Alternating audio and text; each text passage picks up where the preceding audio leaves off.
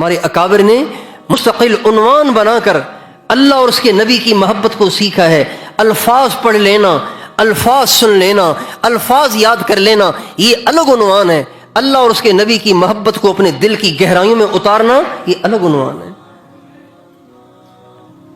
ہمارے اکابر نے اس پہ زندگیاں لگائیں، زندگیاں کھپائیں اور اللہ اور اس کے نبی کی سچی محبت کو اہل اللہ سے سیکھا ہے، اپنے دل میں اللہ اور اس کے نبی کی محبت کو پیدا کیا ہے. حضرت شیخ الہند مولانا محمود حسن رحمۃ اللہ علیہ، حضرت تھانوی رحمۃ اللہ علیہ فرماتے ہیں لوگ ان کو شیخ الہند کہتے ہیں، لیکن میں سمجھتا ہوں یہ ان کے ساتھ زیادتی ہے. وہ شیخ الہند نہیں تھے، وہ شیخ العالم تھے. جب ان کے انتقال کا وقت آیا تو ان کی آنکھیں بند تھیں، نیم بے ہوشی کی سی کیفیت تھی. تو ایک مولوی الیاس صاحب تھے، مولانا الیاس صاحب تبلیغ والے نہیں، مولوی الیاس صاحب اور تھے. وہ ان کے پاس کھڑے سورہ یاسین پڑھ رہے تھے. وہ فرماتے ہیں کہ اچانک حضرت نے آنکھ کھولی اور 3 دفعہ کہا اللہ اللہ اللہ، زور سے کہا، اللہ کا نام لیا، اور پھر ایک دم چہرے پہ غم کے آثار ظاہر ہوئے. ایک دم ان کا چہرہ پریشان سا لگا. تو انہوں نے پوچھا حضرت آپ پریشان کیوں لگ رہے ہیں؟ کیا آپ موت کی وجہ سے گھبرا رہے ہیں؟ تو فرمانے لگے موت کی وجہ سے نہیں گھبرا رہا ہوں، بلکہ جب سے ہوش سنبھالا ہے تب سے دل میں یہ جذبہ تھا کہ مروں تو میدان کارزار میں مروں، سر کہیں پڑا ہو، دھڑ کہیں پڑا ہو، افسوس کہ آج بستر پہ مر رہا ہوں.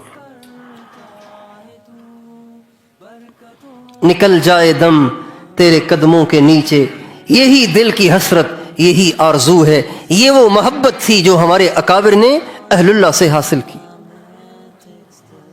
آپ علیہ السلام فرماتے ہیں قسم اس ذات کی جس کے قبضے میں میری جان ہے، میرا دل کرتا ہے کہ اللہ پاک کے نام پہ مارا جاؤں، اللہ کے نام پہ مار دیا جاؤں، اور پھر زندہ کیا جاؤں، پھر مار دیا جاؤں، پھر زندہ کیا جاؤں، پھر مار دیا جاؤں. یہ اللہ سے محبت ہے نا، اللہ سے محبت ہے، یہ اللہ کے نبی سے محبت ہے. آپ علیہ السلام جب کسی صحابی کو بلاتے تھے تو جواب میں کیا کہنا چاہیے؟ حاضر، آ رہا ہوں، جی آ رہا ہوں، یہ جواب بنتا ہے. لیکن ہر صحابی جب کبھی آپ علیہ السلام اسے آواز دیتے تو وہ جواب میں صرف حاضر نہیں کہتا تھا، لبیک بھی کہتا تھا، ساتھ ساتھ یہ بھی کہتا تھا نفدیک بامہاتنا و آبائنا، یا رسول اللہ میری ماں میرا باپ سب آپ پہ قربان ہو جائیں. آپ کیا فرماتے ہیں؟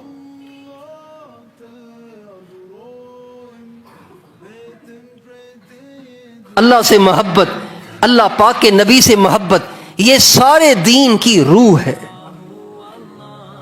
یہ گاڑی کا فیول ہے، یہ پیٹرول ہے.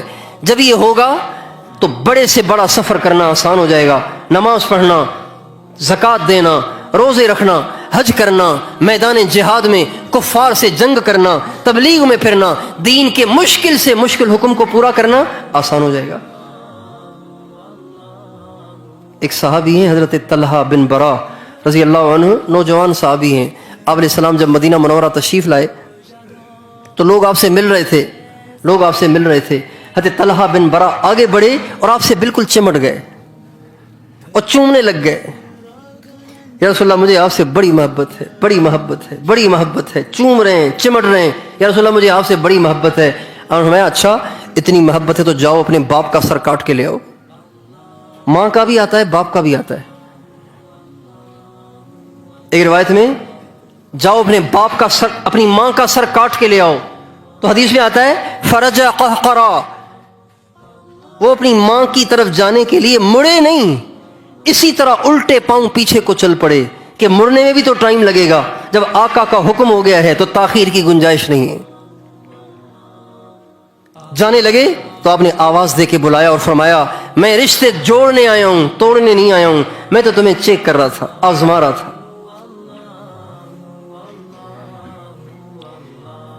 غزوہ احد میں آپ علیہ الصلوۃ والسلام کی شہادت کی خبر اڑ گئی تھی. عبداللہ ابن قمیہ نے جب آپ کو پتھر مارا اور آپ بے ہوش ہو کر گر گئے تو اس نے آواز لگائی کہ میں نے محمد کو قتل کر دیا ہے، معاذ اللہ.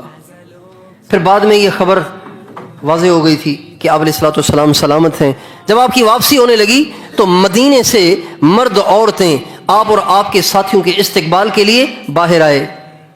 تو ان استقبال میں آنے والوں میں ایک عورت تھی، انصاری عورت تھی. انصار کا ایک قبیلے کی ایک شاخ ہے بنو دینار، اس کی وہ عورت تھی.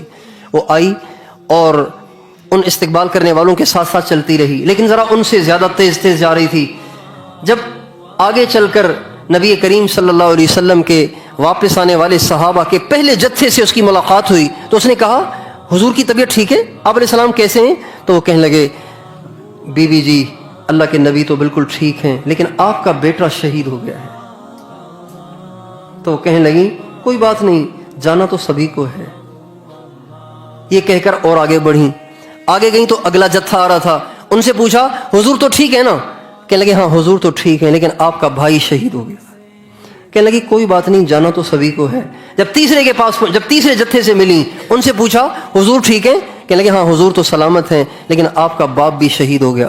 کہنے لگی کوئی بات نہیں، جانا تو سبھی کو ہے. یہ کہہ کر جو آگے بڑھیں تو سامنے سے آقائے دو جہاں صلی اللہ علیہ وسلم تشریف لا رہے تھے. جو ہی آپ کو آتا دیکھا تو زمین پہ گر پڑیں گھٹنوں کے بل اور آپ کے دامن میں ہاتھ ڈال کے کہنے لگیں کل مصیبت بعدک جلل. یا رسول اللہ اگر آپ حیات ہیں تو ہر مصیبت میرے لیے سہل اور آسان ہے.